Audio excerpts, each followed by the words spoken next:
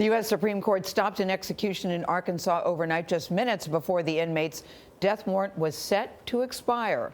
Arkansas asked the justices to remove a legal stay imposed by a lower court on the execution of Don Davis, but the Supreme Court denied the appeal in a one-sentence order.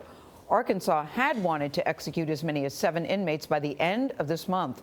Omar Villafranca is outside the state capitol in Little Rock with how Arkansas is now trying to resume capital punishment for the first time in more than a decade. Omar, good morning. Good morning. Don Davis is on death row for the 1990 murder of Jane Daniel. When the Arkansas Supreme Court stopped his execution, the state appealed to the U.S. Supreme Court. Late last night, with minutes before his death warrant expired, the Supreme Court weighed in. About 15 minutes to midnight, the Supreme Court weighed in, denying Arkansas's appeal to let the execution of convicted murderer Don Davis go through. We were told that he was in a waiting cell. Late Monday night, the state was still preparing for Davis's scheduled execution.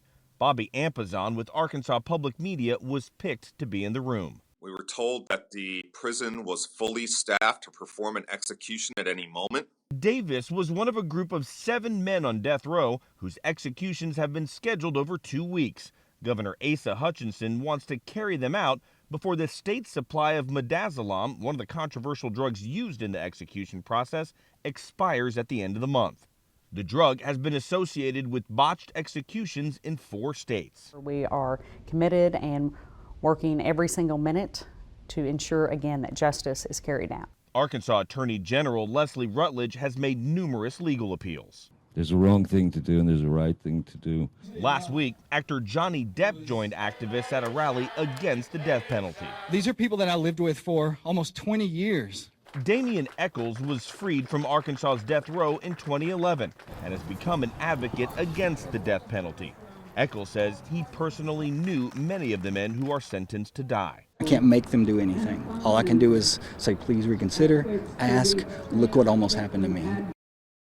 The state isn't slowing down the execution schedule. 2 inmates are scheduled to be executed this Thursday. Governor Hutchinson says he plans to fight all appeals for the victims' families. All right, Omar, thank you.